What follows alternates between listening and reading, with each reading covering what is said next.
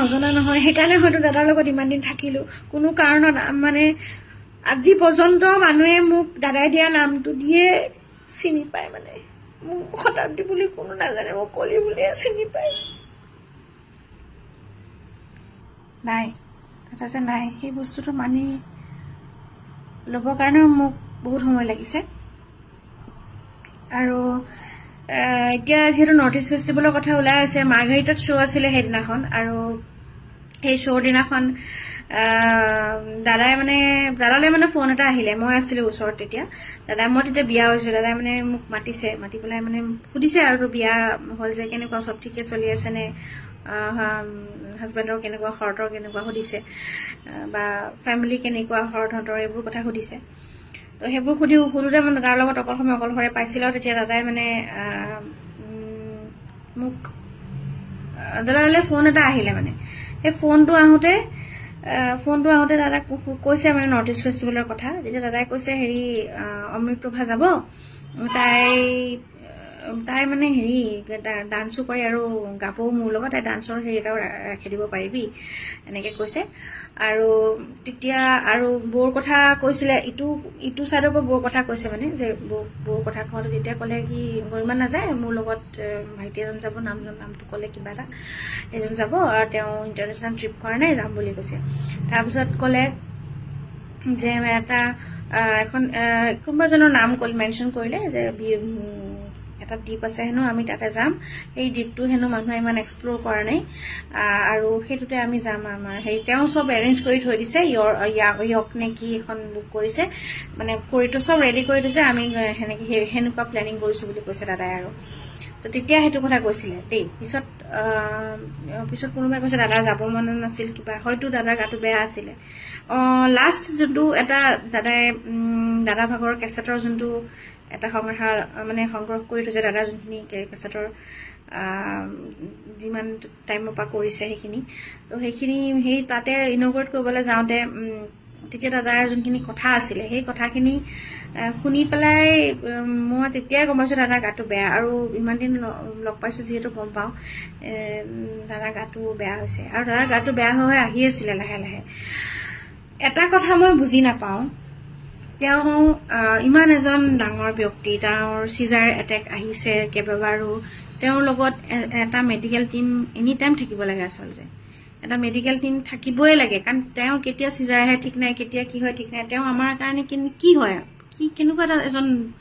ভগৱান হয় আমাৰ কাৰণে তো তেওঁ কেনেকে ৰাখিব লাগিছিলে সেই বস্তুটো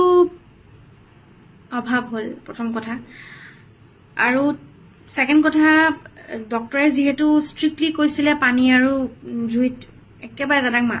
নামিবলৈ মানা আছে এইটো কথা আমি যোনকেইজন লগত থাকো সেইকেইজনেতো এটলিষ্ট জানো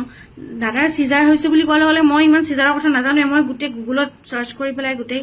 কি হয় কি খালে ভাল কি খালে বেয়া মই নাথাকিলেও লগত মই মেছেজ কৰি দাদা এইটো খাওকচোন ভাল এইটো শুইছে নাই আপুনি টাইম টেবুল মতে খাইছে নে নাই এনি টাইম ভালে আছা নে তুমি দাদা খবৰ লৈ থাকিলে ভাল পায় তো এতিয়া কথাটো হ'ল এনেকুৱা সেই পানীত যে নামিব নালাগে এই কথাটো নজনাৰ কোনো কথা নাই সিদ্ধাৰ্থ হওক বা শেখৰ দা হওক সিদ্ধাৰ্থ 2014 পৰা দাদাক মেনেজ কৰিছে 2014 মই দাদাক লগ পাইছো আৰু তাক মই তেতিয়াৰ পৰা চিনি পাওঁ আজি 11.5 বছৰ হৈ গ'ল তাক সি চাগে 6 মাহমান আগত আহিছে বাৰু 12 বছৰেই হ'ল তাৰ ইমান বছৰত কি ইমানখিনি পইচা কেনেকে গোটাব পাৰে মানে কি ইমানখিনি পইচা কি 3 কোটি টকা কেনেকে মানে শুনিছো এতিয়া ইমানখিনি আছে বুলি তাৰ কেনেকে গোটাব পাৰে মানে আমি আসলতে কিমান পইচা পাওঁ চাগে কোনো নাজানে আমিতো সঁচাকে কোচিংগাৰ হৈয়ে থাকি গলো আৰু মানে একো নিবিচাৰিলো দাদাৰ লগত গাবলৈ পাইছো যে সেইটোৱে আমাৰ কাৰণে বহুত বুলি মানে আমি ভাবিলো আৰু মানে পাইও একো নাপালো নিচিনা হৈ থাকিলে এতিয়া আৰু আমাক সঁচা কথা ক'বলৈ গ'লে সেইটো সেই সন্মানকণ আমি বা সেই দাদাৰ লগত থকা সময়কণহে দিয়ে দাদাৰ লগত যেতিয়া আমি থাকো তেতিয়া সেইকণ আমাক ৰেসপেক্ট দিব বা ভালকে মাতিব তাৰ বাহিৰে আমি দাদা আঁতৰি গ'লে আমাক সঁচা কথা ক'বলৈ গ'লে মানে কি আৰু মানুহৰ নিচিনা ব্যৱহাৰ নকৰে বুলিয়ে ক'ব লাগিব। ঐ তই এইটো কৰ, ঐ মানে এনেকুৱা আৰু যদি কিবা কমপ্লেইনটো কৰোঁ দাদাৰ আগততো সৰ্বনাশী, তেতিয়াতো আৰু কি হ'ব ঠিকেই নাই। আমি যদি কেতিয়াবা কিবা অসুবিধা পাওঁ তেওঁলোককো ক'বলৈ আমাৰ ভয় লাগে। কেতিয়াবা মানে এনেকুৱা হৈছে কথাই কথাই ওলাই যায়, তেতিয়া দাদাৰ আগত দাদাৰ কাণত পৰে, দাদাই খং কৰে, তেতিয়াতো আৰু বেলেগে চিটুৱেশ্যন হৈ যায়। আৰু সেই দাদাই গম পালে কি হ'ব, দাদাই গম পালে মানে বহুত কথা এনেকুৱা জানিছিলোঁ যোনবিলাক কথা দাদাই গম পালে বহুত ডাঙৰ কথা হৈ যাব। আৰু সেইবোৰ কথা হয়তো মানে দাদাই গম নোপোৱাকে গুচি গ'ল। আৰু সেইবোৰ কথা আমি ক'বলৈ ভয় লাগিছিলে, কাৰণ কি দাদাই তো গম পালে দাদাৰ গৰিমা বৌ জানে, চবেই কৈছিলে আৰু যে দাদাৰ ব্ৰেইনত এটা মানে স্পট পৰিছে চিজাৰ আহি পেলাই, আৰু সেইটো কাৰণে হয়তো দাদাই ব্ৰেইনত আঘাত পাব এইবোৰ কথা ক'লে। আৰু সেইকাৰণে আমি বহুত কথা লুকাই ৰাখিছিলোঁ দাদাক। আৰু মনে মনেই থাকিলোঁ, যিমান দিন থাকিলোঁ মনে মনে থাকিলোঁ, যিমান পাৰোঁ সহ্য কৰিব চেষ্টা কৰিলোঁ। আৰু ইমান দিন মানে মুখখন বন্ধ কৰিয়ে ৰাখিলোঁ বুলি ক'ব লাগিব। আৰু হয়তো দাদাও জানিছিলে, মানে এতিয়া মই গম পাইছোঁ দাদাই জানিছিলে যে মই কোনটো এটা মেণ্টেল ষ্টেটত মই শ্ব'জ কৰিব লগা হৈছিলে এটা সময়ত, বা যেতিয়ালৈকে মই মনে মনে আছিলোঁ হয়তো মই তেতিয়ালৈকে মই মেণ্টেল হেৰি এটা পাই আছিলোঁ, মেণ্টেল এটা কি বুলি কয় এটা টৰ্চাৰ পাই আছিলোঁ। আৰু এতিয়া মই মানে এতিয়া মই ক'ব লাগিব। এতিয়া মই নকলেও একো নাই, কিন্তু ক'লে মোৰ মনটো শান্তি লাগিব। মই এনেকুৱা লাগিছে এতিয়া ক'লে মই যেতিয়া খুলি পেলাই কথাবোৰ ক'ম তেতিয়া মোৰ মনটো অলপ ভাল লাগিব হয়তো। মানে কিন্তু দাদাই গম পাইছিলে যে মোৰ লগতো বহুত পলিটিক্স হ'ল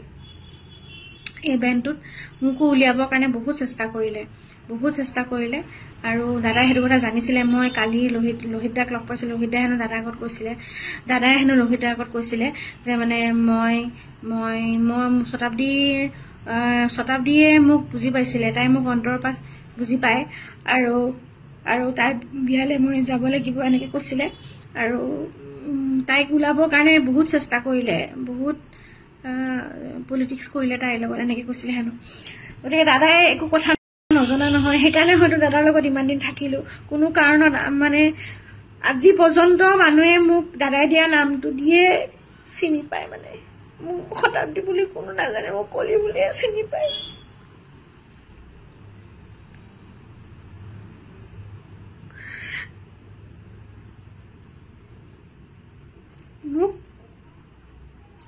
মোক কোনেও চিনি পোৱা নাছিল, দাদাইতো পৰিচয় দিলে মোক,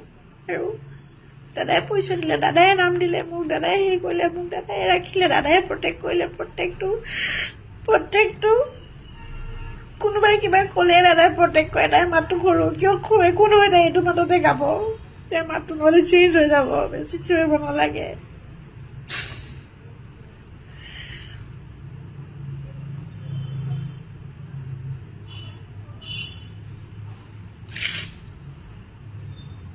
মা মৰোতে মা ঢুকুৱাৰ দিনাখনে জ্বলাই আহিছো, দাদা আহি কৈ পাইছেগে। মা ঢুকুৱাৰ পিছত মই কি কৰিম মই একো বুজি পোৱা নাছিলো, মা ঢুকুৱাৰ পিছত দাদাক ফোন কৰিছো, দাদাই ফোন কৰিছে বোলে খবৰ বোলে, কৈছে ভালে আছ? দাদা মই কি কৰিম এতিয়া, মই নাজানো মই কি কৰিম, মই একো বুজি পোৱা নাই মই কি কৰিম। তেতিয়া দাদাই কৈছিলে একো নহয়, তই কি কৰিম, তই গুচি আহ, আকৌ প্ৰগ্ৰেম আছে নহয় ইয়াতে, খানাপাৰাত প্ৰগ্ৰেম আছে, অমুক থাকে তমুক থাকে। সেয়া 21 চনৰ কথা। তেতিয়া মই আকৌ গুৱাহাটী আহিছিলোঁ, লকডাউনৰ সময়ত মই ৰুম এৰি দিছিলোঁ, আকৌ মই ৰুম বিচাৰি মেলি আকৌ ৰুম ল'লোঁ। দাদাই আকৌ মোক সাহস দিলে। মা বেমাৰ হৈ থকা টাইমতো দাদাই মোক প্ৰত্যেকটো সময়ত বহুত বেছি মানে এনি টাইম মানে তেওঁ মানে মোৰ এটা সাহস আছিলে, মানে আমাৰ চবৰে মানে তেওঁৰ লগত জড়িত থকা মানুহ জুবিন দা আছে, আমাক কোনো একো কৰিব নোৱাৰে, মানে আমি এটা মানে ভাল এটা হৈ পেলাই আমাক বেকবোন আছিলে আমাৰ। মানে মোৰ দেউতা মা ঢুকালে যেনেকুৱা লাগিব, মোৰ দেউতা জীয়াই আছে এতিয়াও, তেওঁৰ 90+ হৈ গ'ল। মোৰ মা ঢুকাওঁতে মোৰ যেনেকুৱা লাগিছিল তেনেকুৱাই দুখ লাগিছে এতিয়া মোৰ। আৰু মানে প্ৰত্যেকজন অসমীয়াই যোনটো ফিল কৰিছে দাদাই মানে কিছুমান কথা কৈছিলে আজি মই ক'ব বিচাৰো দাদাই কৈছিলে মই এতিয়া যে মানুহে গানবোৰ শুনি থাকে একো বুজি নাপায় এনেই শুনি থাকে কিন্তু মই যোনদিনাখন মৰিম সেইদিনাখন সেই গানবোৰৰ অৰ্থ বুজি পাব হয় এতিয়া গানবোৰ যে লগাই আছে যে এই লগালে যেন এইটো গানো মিলে দেখোন পৰিস্থিতিটোৰ লগত এইটো গানো মিলে দেখোন সেই তেনেকুৱা এটা পৰিস্থিতি হৈছে আৰু সেকেণ্ডতে কৈছিলে কেকে ঢুকাওঁতে মই গৈছিলোঁ তেতিয়া কেকে ঢুকাওঁতে বহুত দুখ পাইছিল দাদাই মোক কৈছিলে যে কেকেটো গুচি গ'ল আৰু আমাৰ লগৰ প্ৰায়খিনিয়ে 50 এইটো হেৰিতে গুচি যায় মানে যদি মই মৰো এই 50 to 55ৰ ভিতৰতে মৰিম যদি বাচি গ'লো আৰু যদি মৰো মই এইটোতে মৰিম আৰু ঠিক নাই মই যাব পাৰোঁ হেই আপুনি কি কথা কয় ভাবিবই নোৱাৰো যোনটো বস্তু মানে দাদাই মুখেদি কৈ দিয়ে মানে আমাৰ কেনেকুৱা লাগি যায় সেইটো টাইম দাদা প্লিজ এনেকুৱা এইবোৰ কথা ক'ব নাপায় নহয় নক'বচোন আমি ভাবিব মানে মৰি যাম আমি চব মৰি যাম আমি এনেকৈ নক'ব তেতিয়া এনেকৈ কয় তাৰপিছত ক'ব মই কেতিয়াবা দাদাক বহুত বেয়া কমেণ্ট দিয়ে আৰু দাদাই যেতিয়া গম পায় মোক এনেকৈ বেয়াকৈ কৈছে তেতিয়া দাদাই কয় হেৰি মই এনেকুৱা জেগাত গৈ পেলাই মৰিম কোনো মানে মই প্ৰকৃতিৰ মাজত গৈ পেলাই মৰিম আৰু কোনো গম নাপাব মাই ডেথ উইল বি এ মিষ্ট্ৰি আৰু মই তেতিয়া মিডিয়াক মই টিআৰপি নিদিওঁ এনেকৈ কৈছিলে তেতিয়া মই টিআৰপি নিদিওঁ সিহঁতক আৰু কয় Harry life is unpredictable Harry life কি বুলি কয় মোৰ my death will be a mystery 55 to 55ৰ ভিতৰতে মৰিম প্ৰকৃতিৰ মাজত গৈ পেলাই মৰিম প্ৰত্যেকটো কথা কেনেকৈ মিলিব পাৰে প্ৰত্যেকটো কথা কেনেকৈ মিলিব পাৰে মানে কেলে বা ক'লে এনেকৈ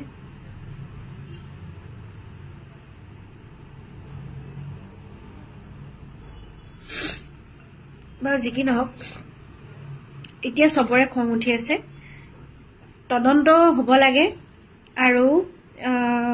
যদি দোষী হয় কোনোবা দোষীয়ে শাস্তি পাব লাগে আৰু এইটো যাতে একদম নিকা তদন্ত হওক মই হিমন্ত বিশ্ব ছাৰক একদম ৰিকুৱেষ্ট কৰিছোঁ নহ'লে মানুহ মৰি যাব দাদাই যদি সঁচাকৈ দাদাৰ লগত কিবা হৈছে মই নাজানো কি হৈছে মোৰ বিশ্বাস নহয় এইটো হৈছে বুলি কিন্তু যদি হৈছে এটা কথাটো হয় দাদাক কিন্তু বহুত ইউজ কৰা হয় প্ৰথমতেও যেতিয়া এনকে প্ৰডাকশ্যনত আছিল তেতিয়া আমাক দাদাই নিজে কয় যে মানে ইউজ কৰিলে মোক বহুত বুলি আৰু তাৰপিছত দাদাই এনেকৈ এইটো তাৰপিছত মিডিলৰ আণ্ডাৰত আহিলে তাৰপিছত ঠিকে থাকিলে আকৌ কিন্তু সিদ্ধাৰ্থৰ কান্ধত যেতিয়া বোজাটো পৰিলে তেতিয়া সিদ্ধাৰ্থে যেতিয়া চম্ভালিবলৈ ল'লে তেতিয়া বস্তুবোৰ এনেকুৱা হৈ গ'ল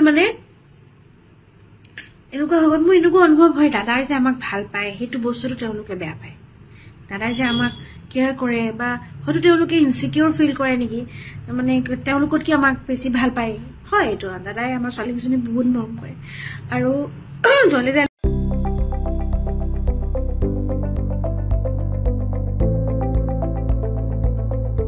NB নিউজ সহজ সৰল ভাষাত নৱভাৰতৰ কথা।